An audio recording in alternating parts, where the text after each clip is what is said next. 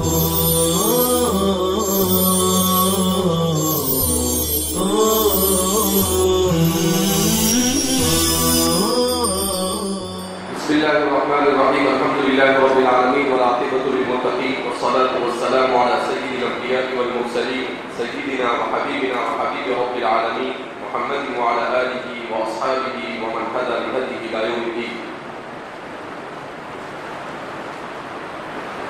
تفسیر بالرأی کے سلسلے میں 7 بنیادی اصول کو بیان کیا گیا جن کی رعایت کرنا تفسیر بالرأی کرنے والے کے لیے ضروری ہے. اسی کے سلسلے میں بیان کیا گیا کہ جو جملہ علوم القرآن کی کتابوں میں مذکور ہے من قال فی القرآن بغیر علم فلیتبوأ مقعدہ من النار. بعض حضرات نے اس کو حدیث اور بعض حضرات نے اسے کسی صحابی کا قول بیان کیا ہے، مگر جیسا کہ بیان کیا گیا کہ یہ بات مطلق نہیں ہے، یہ بات اس وقت ہے جب مذکورہ 7 اصول کی مخالفت کی جائے. لہذا اگر اصول کے دائرے میں رہ کر تفسیر کے سلسلے میں کوئی احتمالی رائے بیان کی جائے تو اس کی گنجائش حضرات علماء نے بیان کی ہے. اس سلسلے میں سب سے بہترین خلاصہ کہ تفسیر بالرأی کے بارے میں مزید کون سے اصول کی رعایت ضروری ہے، علامہ بدر الدین زرکشی نے اپنی کتاب البرہان فی علوم القرآن کہ ایک قسم ہے اقسام التفسیر کے زیر عنوان تقریباً 100 صفحے پر بیان کیا ہے.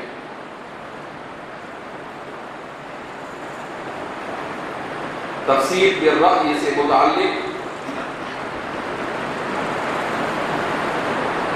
اصول و ضوابط اور تفسیر کا خلاصہ علامہ بدر الدین زرکشی نے اپنی کتاب البرہان فی علوم القرآن میں اقسام التفسیر کے زیر عنوان تقریباً 100 صفحے میں ذکر کیا ہے. یہ پوری بحث نہایت قابل قدر ہے. جو شخص عربی زبان سے واقف ہو اسے ضرور اس کا مطالعہ کرنا چاہیے.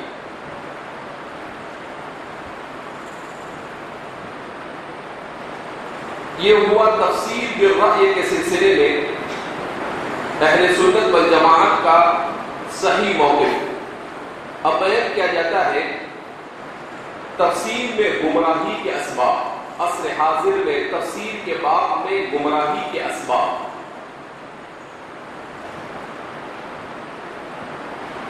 علم تفسیر جہاں ایک انتہائی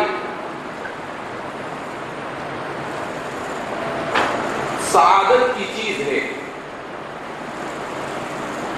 وہیں اس نازک وادی میں قدم رکھنے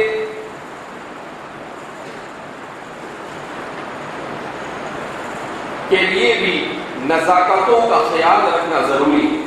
وہیں اس نازک وادی میں قدم رکھنے کے لیے نزاکتوں کا خیال رکھنا ضروری ہے.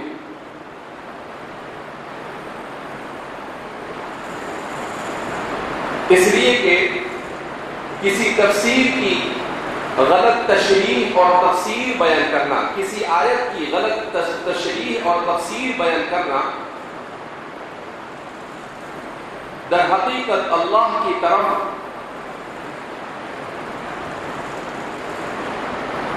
ایک غلط چیز کو منسوب کرنا ہے.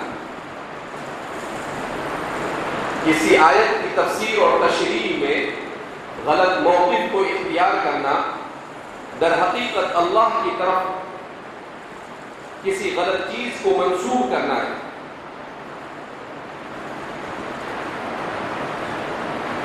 ظاہر سی بات ہے اس سے بڑھ کر اور کیا گمراہی ہو سکتی ہے.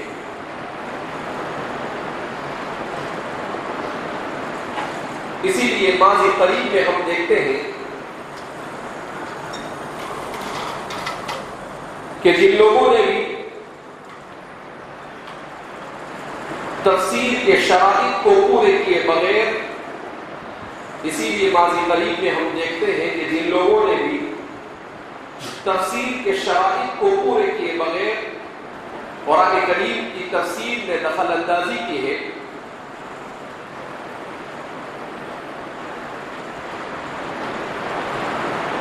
وہ محنت کے باوجود بدترین گمراہی میں مبتلا ہوئے، وہ کافی محنت کے باوجود بدترین گمراہیوں میں مبتلا ہو گئے۔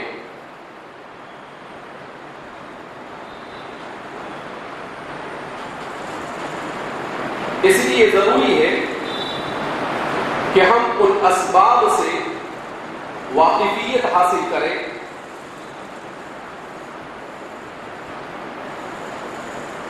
جو تفسیر قرآن کے معاملے میں گمراہی کی طرف لے جاتے ہیں۔ اس لیے ضروری ہے کہ ہم ان اسباب سے واقفیت حاصل کریں جو تفسیر قرآن کے معاملے میں گمراہی کی طرف لے جاتے ہیں۔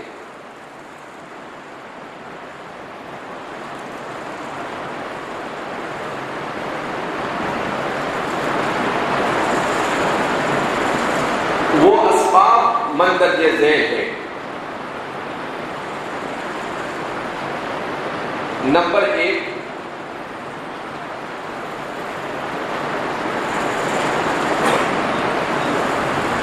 تفسیر کی اہلیت نہ ہونے کے باوجود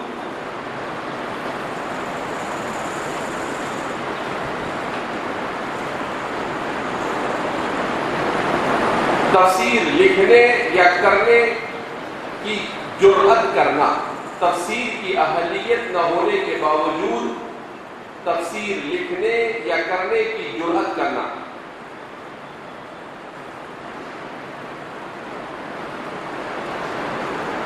نمبر 2، قرآن کریم کو اپنے نظریات اور افکار اور خیالات کے تابع بنانا، قرآن کریم کو اپنے نظریات، افکار اور خیالات کے تابع بنانا۔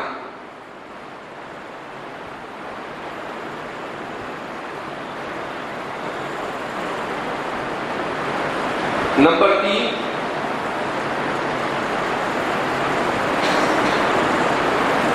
اپنے زمانے کے افکار سے مرعوبیت کا شکار ہونا، اپنے زمانے کے افکار سے مرعوبیت کا شکار ہونا۔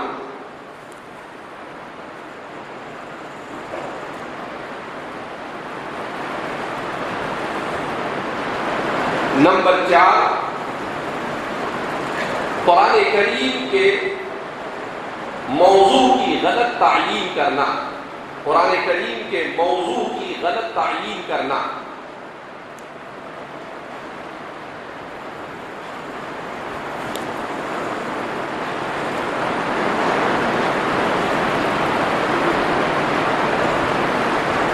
یہ 4 اسباب ہیں جس کو تفسیر کی گمراہی کے اسباب کہا جاتا ہے۔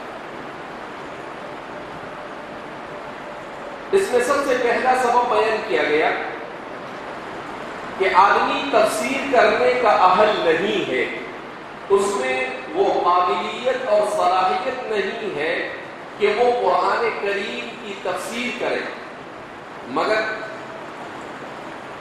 مفسر بننے کا شوق حضرت کو تفسیر کرنے پر آمادہ کرے کہ نہیں، حضرت العلامۃ المفسر کہلائے اور لوگ انہیں مانے کہ فرید دہر اور مجدد قرن اور پتہ نہیں کیا کیا۔ تو اس شوق میں آدمی اپنے اندر اہلیت نہیں، اس کے باوجود تفسیر کرنا کیا کر دیتا ہے، شروع کر دیتا ہے۔ تو فرماتے ہیں کہ ظاہر سی بات ہے کہ جب اہلیت نہیں ہوگی اور تفسیر کرے گا تو ٹھوکر کھانے کے علاوہ اور دوسرا کوئی راستہ اس کے سامنے ہوگا بھی نہیں۔ اس لیے فرماتے ہیں پہلے سبب پر تفسیر، تفسیر قرآن میں گمراہی کا سب سے پہلا اور سب سے خطرناک سبب یہ ہے کہ انسان اپنی اہلیت اور صلاحیت کو دیکھے بغیر قرآن کریم کے معاملے میں رائے زنی شروع کر دے. خاص طور سے ہمارے زمانے میں گمراہی کے اس سبب نے بڑی قیامت ڈھائی ہے. مولانا نے یہ کتاب 40-45 سال پہلے لکھی ہے، لیکن آپ نے برابر لکھا ہے کہ خاص طور پر ہمارے زمانے میں گمراہی کے اس سبب نے بڑی قیامت ڈھائی ہے. یہ غلط فہمی عام طور پر ہوتی جا رہی ہے کہ صرف عربی زبان پڑھ لینے کے بعد انسان قرآن مجید کا عالم ہو جاتا ہے اور اس کے بعد جس طرح سمجھ میں آئے قرآن کریم کی تفسیر کر سکتا ہے. حالانکہ سوچنے کی بات یہ ہے کہ دنیا کا کوئی بھی علم و فن ایسا نہیں جس میں محض زبان دانی کے بلبوتے پر مہارت پیدا ہونے پر اس میں آدمی جسارت کر کود پڑے. آج تک کبھی کسی ذی ہوش نے انگریزی زبان پر مکمل عبور رکھنے کے باوجود یہ دعویٰ نہیں کیا ہوگا کہ وہ ڈاکٹر ہو گیا اور میڈیکل سائنس کی کتابیں پڑھ کر دنیا میں مشق ستم کر سکتا ہے. اس طرح کوئی شخص محض انجینئرنگ کی کتابوں کا مطالعہ کر کے انجینئر بننے کا دعویٰ نہیں کر سکتا اور نہ قانون کی اعلیٰ کتابیں دیکھ کر ماہر قانون یا وکیل کہلا سکتا ہے. اور اگر کوئی شخص ایسا دعویٰ کرے تو یقیناً ساری دنیا اسے احمق اور بیوقوف کرے گی کہ ڈاکٹری کا کورس نہیں کیا اور ڈاکٹری کی دنیا میں جتنی کتابیں تھی بندے نے سب کا مطالعہ کر لیا. انجینئرنگ کہا جتنی کتابیں ہو سکتی تھی بندے ناچیز نے سب پڑھ ڈالی اور پھر وہ انجینئرنگ کرنا شروع کر دے رہے. اس دنیا میں اللہ نے نظام بنایا، ایک ہوتا ہے تھیوری اور دوسرا ہوتا ہے پریکٹیکل. تھیوریکل کا مطلب کیا ہوتا ہے؟ پڑھنا اور سمجھنا. اور پریکٹیکل کا مطلب کیا ہوتا ہے؟ کسی چیز کو عملی مشق کر کر جاننا اور سکھانا. تو کسی بھی جگہ پر آپ چلے جائیں، کسی بھی فن سے آپ تعلق رکھیں، جتنے بھی ہائر ایجوکیشن اور بیچلر کی ڈگریاں ہوتی ہیں ان سب میں آپ دیکھیں گے کہ دونوں طرح سے ہوتا ہے کہ آپ کو پریکٹیکل کے اتنے مارکس ہوں گے اور آپ کے تھیوری کے اتنے مارکس ہوں گے. انجینئر بن رہا ہے تو صرف پیپر سے کم نہیں چلے گا بلکہ اس کا پریکٹیکل امتحان بھی ہوگا. مثلا اگر وہ میکینیکل انجینئر موٹر میکینیکل بنتا ہے تو اسے گاڑی بنانا آتا ہے یا نہیں؟ صرف کتاب پڑھنے سے اس کو انجینئر نہیں کہیں گے. جب تک کہ اس کو پرزے کھول کر ہر پرزے کو اس کی جگہ پر صحیح سالم رکھنے کا ہنر نہ آ جائے تب تک کہ اس کو انجینئر کہا جا سکتا. جب تک کہ ڈاکٹر بننے کے بعد ہسپتال میں 1 سال تک وہ پریکٹس نہ کر لے وہاں تک کہ اسے ڈاکٹر نہیں کہا جا سکتا ہے. 4 سال تک ڈاکٹری کی تعلیم حاصل کرتا ہے، چاہے ہندوستان میں 4 طرح سے ڈاکٹر بنتا ہے: BUMS, BAMS, BHMS اور MBBS.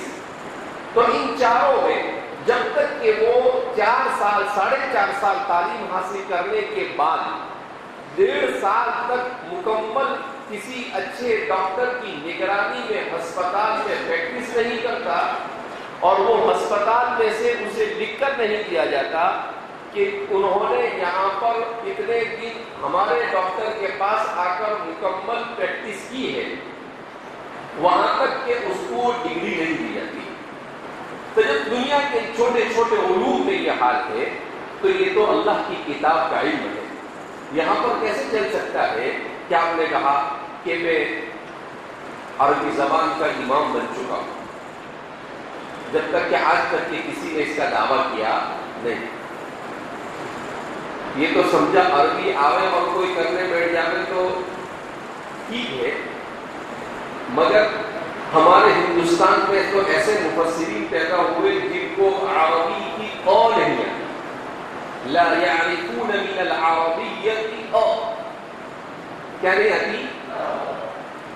انہوں نے قرآن کریم کی 10 جلدوں میں 15 جلدوں میں تفسیراں لکھ ڈالی. کمال. اصول فقہ سے دور دور تک کوئی واسطہ نہیں. صحافی ہے, صرف اچھی اردو لکھنا آ رہی ہے, اور تفسیر لکھ ڈالی پوری تفہیم القرآن. زیادہ نہیں, صرف 15 جلدوں میں. مودودی صاحب صحافی ہے, ما هو الا صحافی اعلامی, اور کچھ نہیں, لیکن شوق جاگا حضرت کو مفسر بننے کا.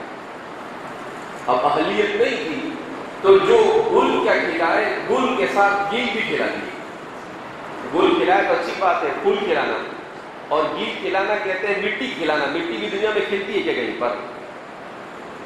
تو اس لیے فرماتے ہیں کہ ہمارے زمانے میں ایسے بہت سارے, جبکہ دنیا کے فنون, دنیا کے علوم کو جب ہم دیکھتے ہیں کہ وہاں پر جب تک کہ اہلیت پیدا نہ ہو, وہاں تک کہ اسے سرٹیفکیٹ نہیں دیا جاتا ہے, تو یہاں پر بغیر اہلیت کے آپ قرآن کریم کی تفسیر کیسے کر سکتے ہیں؟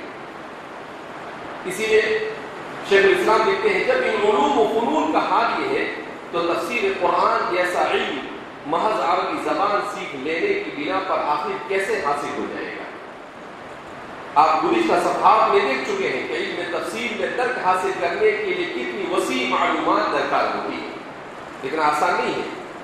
قرآن کریم عام کتابوں کی طرح کوئی ایسی مسلسل کتاب نہیں جس میں ایک موضوع کی تمام باتیں ایک ہی جگہ لکھی گئی ہو, بلکہ وہ دنیا کی تمام کتابوں کے برخلاف اپنا ایک جداگانہ اور ممتاز اسلوب رکھتی ہے.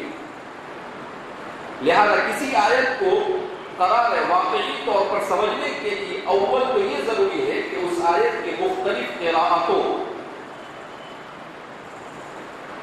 اس موضوع کی تمام دوسری آیات اور ان کے متعلقات پر پوری نگاہ ہونی چاہیے.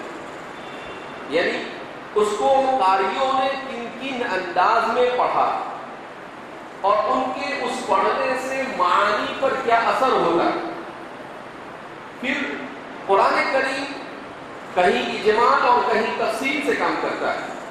قرآن کریم نے صرف واقعہ یوسف کو بیان کیا ہے تفصیل کے ساتھ اور ترتیب کے ساتھ. اس کے علاوہ قرآن کریم نے کسی بھی چیز کو ترتیب کے ساتھ نہیں بیان کیا ہے. تو دنیا کی تمام کتابوں میں اس طرح کی ترتیب, اللہ کی کتاب میں یہ ترتیب نہیں ہے. سوال پیدا ہو, ترتیب ہونی چاہیے تھی. اللہ کی کتاب میں یہ ترتیب اگر ہوتی تو انسان تفکر اور تدبر کی طرف جیسی چاہیے توجہ نہ دیتا. اللہ چاہتا تھا کہ انسان اپنا دماغ کھپائے اور آیتوں میں مناسبتوں کو تلاش کرے, اس لیے کہ کوئی چیز آپ کو کوئی ہیرا ایسے ہی آ کر دے جائے اور ایک ہیرا آپ 2-4 مہینے تک تلاش کریں مٹیوں کے اندر, اس کے بعد آپ کو کہیں سے مل جائے, تو آپ کو کون سا زیادہ محبوب اور پسند ہوگا؟ جو محنت اور مشقت کے بعد آپ کے ہاتھ میں. تو اللہ انسان کو جد و جہد اور محنت میں لگانا چاہتا ہے کہ حضرت انسان ترتیب کے ساتھ پڑھنے کے بعد آرام سے سو نہ جائے کہ فنش, ہم ریٹائر ہو گئے, ہم نے سب کیا کر لیا, پڑھ لیا. تو اللہ نے کہا نہیں, اس کو سمجھنے کے لیے شروع سے لے کر اخیر تک ہر جگہ پر کھنگالنا ہوگا, اور پھر اس کے بعد اس نتیجے تک انسان پہنچے گا. اس میں جو خوبی ہوگی اس کو اور اس سے جو خوشی اسے محسوس ہوگی اس کا اندازہ لگایا جا سکتا نہیں ہے. اسی لیے قرآن کریم کی تفسیر کے سلسلے میں علم مناسبت, یعنی آیتوں میں مناسبت, سورتوں میں مناسبت, آغاز سورت اور اختتام سورت میں مناسبت, یہ مستقل ایک علم ہے, علم المناسبات فی القرآن, جو سب سے مشکل مانا جاتا ہے. کیونکہ قرآن کو پڑھو تو بظاہر ایسا معلوم ہوتا ہے کہ ابھی قرآن کیا کہہ رہا ہے اور پھر اس کے بعد دوسری آیت میں کیا کہتا ہے. ایسا لگتا ہے کہ کہاں سے کہاں بھٹک گئے, وہ بھٹکتا نہیں ہے, مگر اس کو اس طرح سے پڑھنا پڑتا ہے تو سمجھ میں آتا ہے کہ اس میں مناسبت کیا ہے. تو اس لیے فرماتے ہیں کہ مختلف قراءتوں سے واقفیت, اس موضوع کی تمام دوسری آیتیں. اس لیے مستقل ایک علم ہے، علم موضوعات القرآن، قرآن کے موضوعات کا علم. بعض لوگوں نے یہ کام کیا کہ جیسے اللہ کی وحدانیت سے متعلق آیات، تو انہوں نے پورے قرآن میں وہ آیتیں جو اللہ کی وحدانیت سے متعلق ہو اس کو ایک جگہ پر جمع کر دیا. الصلاۃ، نماز سے متعلق آیت، تو نماز سے متعلق جتنی آیتیں اس کو ایک جگہ پر جمع کر دیا. بعض کتابیں مضامین قرآن کے نام سے، بعض کتابیں موضوعات قرآن کے نام سے شائع ہوتی ہیں. آدمی خاص طور پر تقریر کرنا چاہے، کسی ایک موضوع کے سلسلے میں گفتگو کرنا چاہے تو اس طرح کی کتاب بڑی مفید ہوتی ہے.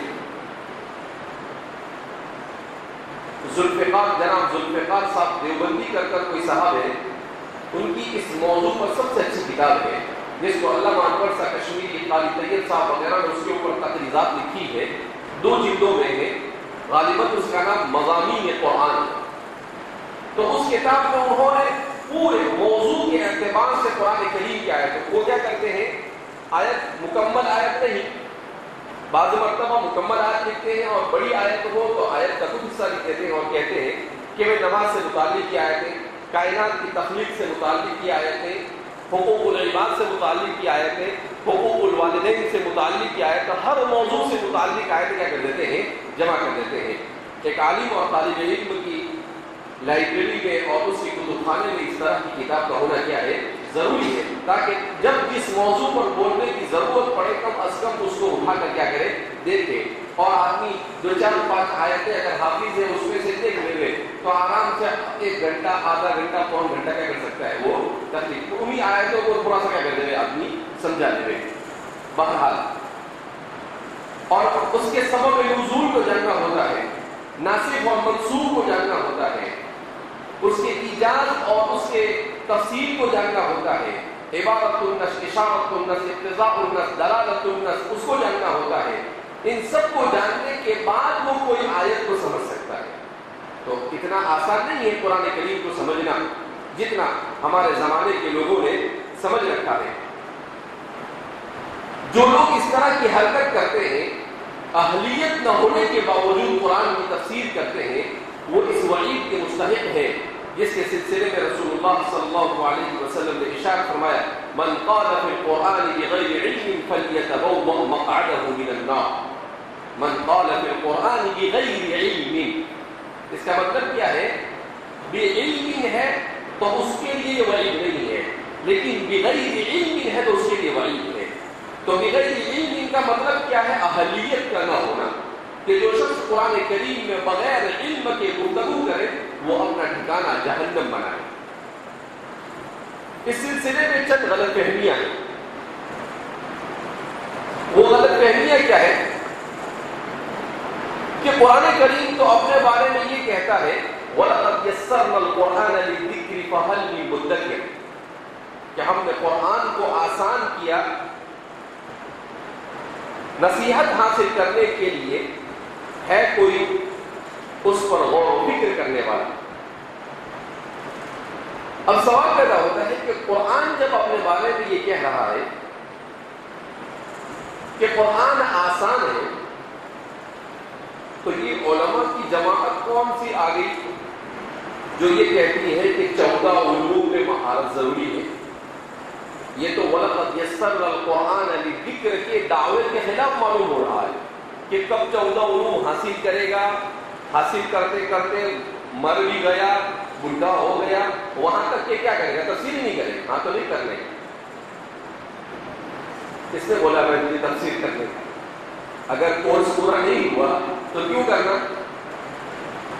اگر ڈاکٹری کر رہا ہے 10 سال تک، 15 سال تک، 25 سال تک فیل ہوا تو سرٹیفکیٹ ملے گا اس کو. اب وہ بولے کہ ارے بھیا میں بڈھا ہو گیا، ابھی کب تک کہ مجھے فیل کرتے رہیں گے، تو چلے گا؟ نہیں چلے گا. فیل یعنی فیل، آپ کو نہیں ملے گا سرٹیفکیٹ. تو ہر ایک کا ہر کام ہر ایک کا نہیں ہوتا ہے. آپ کو اس میں مہارت نہیں حاصل ہو رہی، اس کا مطلب یہ ہے کہ آپ کی استطاعت اور طاقت سے یہ چیز باہر ہے، لہٰذا آپ اس کو چھوڑ دیجیے، دوسرا میدان اختیار کیجیے. اللہ نے بہت میدان بنائے دنیا میں. بہرحال پھر بھی شیخ الاسلام فرماتے ہیں کہ یہ ایک شدید مغالطہ جو خود کم فہمی اور سطحیت پر مبنی ہے۔ واقعہ یہ ہے کہ قرآن کریم کی آیات دو قسم کی، ایک تو وہ آیتیں جن میں عام نصیحت کی باتیں، سبق آموز واقعات اور عبرت اور موعظت کے مضامین بیان کیے گئے، مثلا دنیا کی ناپائیداری، جنت اور دوزخ کے حالات، خوف خدا اور فکر آخرت پیدا کرنے والی باتیں اور زندگی کے دوسرے سیدھے سادے حقائق، اس قسم کی آیتیں بلا شبہ آسان، یہ آیتیں کیا ہے؟ بلا شبہ آسان، اور جو شخص بھی عربی زبان سے واقف ہو وہ انہیں سمجھ کر نصیحت حاصل کر سکتا ہے، بلکہ یہ مقصد قرآن کریم کے مستند تراجم دیکھ کر بھی ایک حد تک حاصل ہو جاتا ہے۔ مذکور آیات میں اسی مقصد کے لیے کہا گیا ہے کہ ہم نے قرآن کریم کو آسان کر دیا، چنانچہ قرآن کریم نے یہ بات مجمل نہیں چھوڑی، ذکری یعنی نصیحت کے واسطے کا لفظ بڑھا کر اس حقیقت کو روز روشن کی طرح واضح کیا۔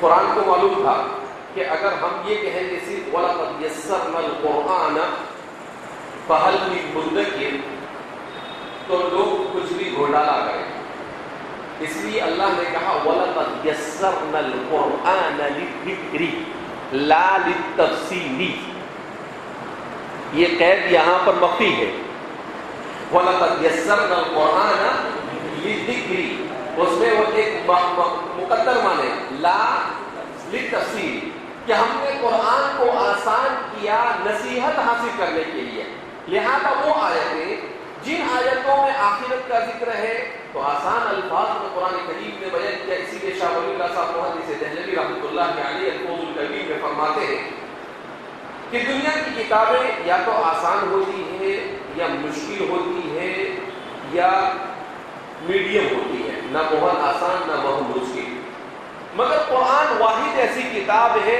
جو بہت آسان بھی ہے اور بہت مشکل بھی۔ اگرچہ مناطقہ کہے کہ اجتماع ضدین محال ہے، مگر یہاں اجتماع ضدین ہو جاتا ہے۔ کیسے اجتماع ضدین؟ تذکیر کی جو آیتیں ہیں وہ بالکل آسان، وہ کیسی ہیں؟ بالکل آسان، اور اجتہاد کے لیے تفسیر کی جو آیتیں ہیں وہ آیتیں بہت مشکل۔ تذکیر کی آیتوں کو تھوڑی بہت عربی سے بھی آپ پڑھ سکتے ہیں، اسی لیے ہمارے زمانے میں بہت سارے لوگوں نے چھوٹے چھوٹے کورس بنائے، ان کورس کے ذریعے سے وہ کہتے ہیں قرآنی عربی 15 دن میں سیکھیے۔ 15 دن میں اگر قرآنی عربی آ جائے تو یہ مدرسوں کی ضرورت ہی کیا ہے؟ سمجھ میں آئے گا؟ 15 دن میں آتی ہے کوئی، 1 مہینے میں قرآنی عربی سیکھیے۔ اس کا مطلب کیا ہے کہ قرآن کریم کی وہ صورتیں، وہ آیتیں جو ذکر کے لیے ہیں، اس کو آپ تھوڑے بہت عربی زبان کے کلمات کے معنی کو یاد کر کر سمجھ سکتے ہیں۔ اگر سمجھ جائے گا، اسی لیے آپ دیکھیں گے کہ بعض لوگوں نے کہا کہ قرآن کریم کے اندر جو کلمات ہیں ان کی تعداد اتنی ہے، اور اس تعداد میں تکرار کو نکالا جائے تو نصف ہو جاتا ہے، اور مادے کو نکالا جائے تو چند ہزار کے اندر میں ہوا جاتا ہے، اور اس کو اگر سورہ فاتحہ میں دیکھا جائے تو اتنے فیصد سورہ فاتحہ میں آ جاتا ہے، کہ سارے سور کے ساتھ ملا جائے تو اتنا فیصد اس میں آ جاتا ہے۔ وہ سب بات صحیح ہے، مگر قرآن کریم کو تذکیر کے لیے اس کے آسان مضامین کو اللہ نے آسان کیا، تفسیر والے مضامین کا یہاں پر کوئی ذکر نہیں، اسی لیے قرآن کریم نے ذکر کی قید لگائی کہ قرآن کو اگر آپ سمجھنا چاہتے ہیں تو تھوڑی بہت عربی جان کر بھی اس کے جو آسان مضامین نصیحت والے ہیں اسے کیا کر سکتے ہیں؟ سمجھ سکتے ہیں، مگر اس کے مشکل مضامین کو سمجھنا آپ کے لیے کیا ہے؟ دشوار ہے۔ اس کے برخلاف دوسری قسم کی آیتیں وہ ہے جو احکام، قوانین، عقائد اور علمی مضامین پر مشتمل ہے۔ اس قسم کی آیتوں کا کمحق سمجھنا اور ان سے احکام و مسائل کا استنباط کرنا ہر شخص کا کام نہیں۔ جب تک اسلامی علوم میں بصیرت اور پختگی حاصل نہ ہو، اس وقت تک قرآن کریم سے یہ مقصد حاصل نہیں ہو سکتا۔ یہی وجہ ہے کہ صحابہ کرام رضوان اللہ تعالی عنہم اجمعین کی مادری زبان اگرچہ عربی تھی اور عربی سمجھنے کے لیے انہیں کہیں تعلیم حاصل کرنے کی ضرورت نہیں تھی، لیکن وہ حضرت صلی اللہ علیہ وسلم سے قرآن کریم کی تعلیم حاصل کرنے میں طویل مدتیں صرف کرتے تھے۔ اگر اتنا ہی آسان تھا جتنا لوگ سمجھ رہے تھے تو وہ تو اس زمانے میں قرآن کا جس زمانے میں نزول ہوا اس زمانے میں وہ ایسے لوگ پائے جاتے تھے جو عربی تاریخ کے سب سے فصیح اور بلیغ لوگ، اسی لیے تو قرآن کو ان کے زمانے میں نازل کیا گیا۔ افصح العرب وابلغهم فصحاء اور بلغاء کا زمانہ تھا۔ اگر صرف عربی سے کام چل جاتا تو اللہ کے رسول صلی اللہ علیہ وسلم کی صحبت میں 10 سال 15 سال اور 20 سال رہنے کی صحابہ کو ضرورت تھی نہیں، مگر اس کے باوجود صحابہ رہتے تھے۔ علامہ سیوطی رحمۃ اللہ علیہ نے امام عبد الرحمن سلمی سے نقل کیا ہے کہ جن حضرات صحابہ نے سرکار دو عالم صلی اللہ علیہ وسلم سے قرآن کریم کی باقاعدہ تعلیم حاصل کی، مثلا حضرت عثمان غنی اور حضرت عبداللہ ابن مسعود وغیرہ، انہوں نے ہمیں بتایا کہ جب وہ حضرت صلی اللہ علیہ وسلم سے قرآن کریم کی آیتیں سیکھتے تو اس وقت تک آگے نہیں پڑھتے تھے جب تک ان آیتوں کے متعلق تمام علمی اور عملی باتوں کا احاطہ نہ کر لیتے۔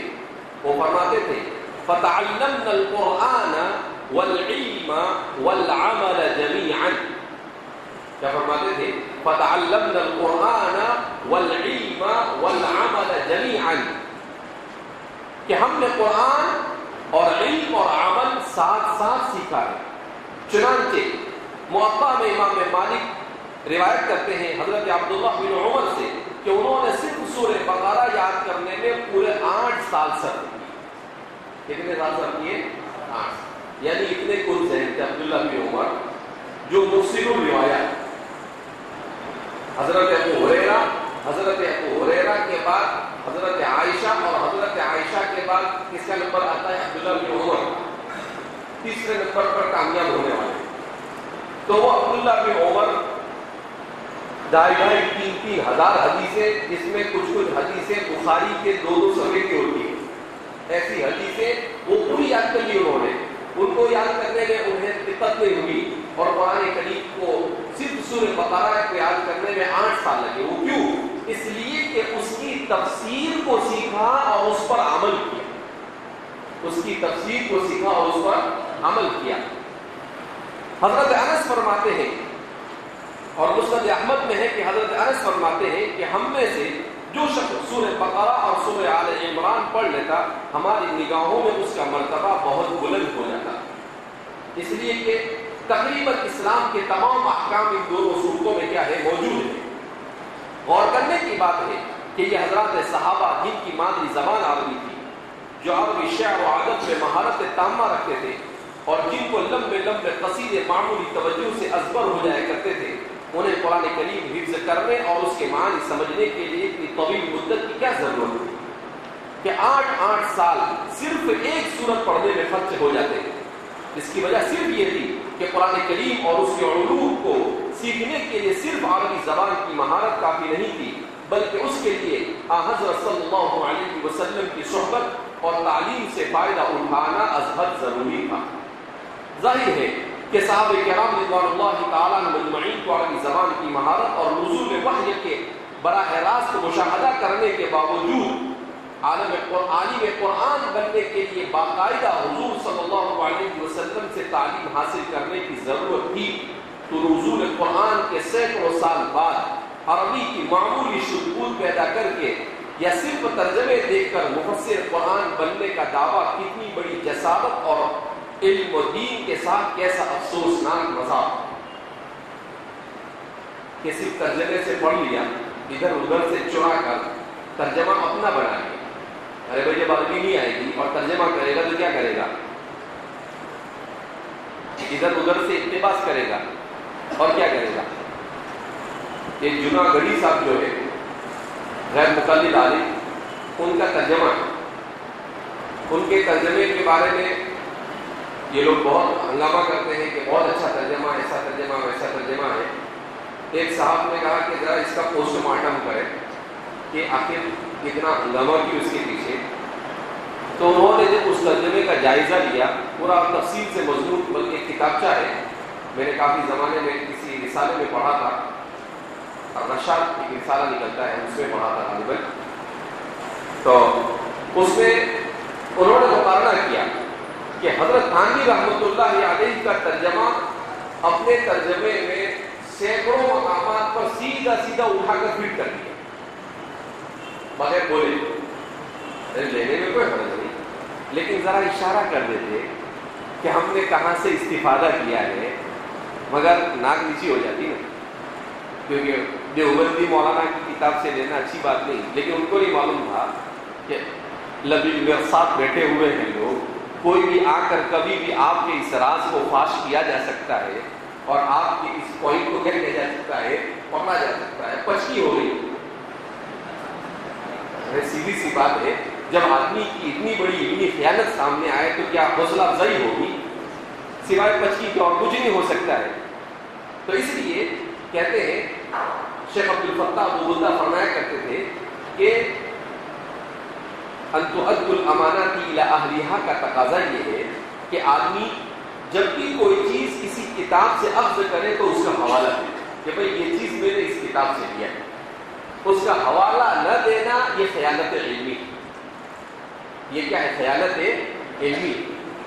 تو یہ تو دنیا میں اب تصنیف کا زمانہ تو تقریباً گزر چکا ہے، اب جو زمانہ چل رہا ہے وہ تألیف اور ترتیب کا زمانہ ہے۔ ادھر ادھر سے جمع کر کر لکھ دیتا ہے آدمی، لہٰذا اس بنا پر آدمی لکھے، جہاں سے لیا وہاں کا حوالہ دے دے، اچھی بات ہے۔ اس میں دو فائدے ہیں، ایک تو آپ کی امانت علمی کا اندازہ ہوگا، اور دوسرا اگر اس نے کوئی غلطی کی ہے تو اس غلطی کو نسبت اس کی طرف ہوگی، آپ کی طرف نہیں، آپ سے بول رہے ہیں کہ ہم نے حوالہ دے دیا، غلطی اس نے غلطی کی، میں کیا کروں؟ ٹھیک ہے، میری غلطی اتنی ہوئی کہ میں نے بغیر دیکھے کیا کر لیا، اس کو رکھ دیا، لیکن اس سے زیادہ میری کوئی غلطی نہیں۔ تو ہر اعتبار سے آدمی فائدے میں ہوتا ہے۔ بہرحال تو قرآن کریم کو ذکر کے لیے تو آسان کیا گیا، مگر تفسیر کے لیے قرآن کریم آسان نہیں، اس کے لیے تو بہرحال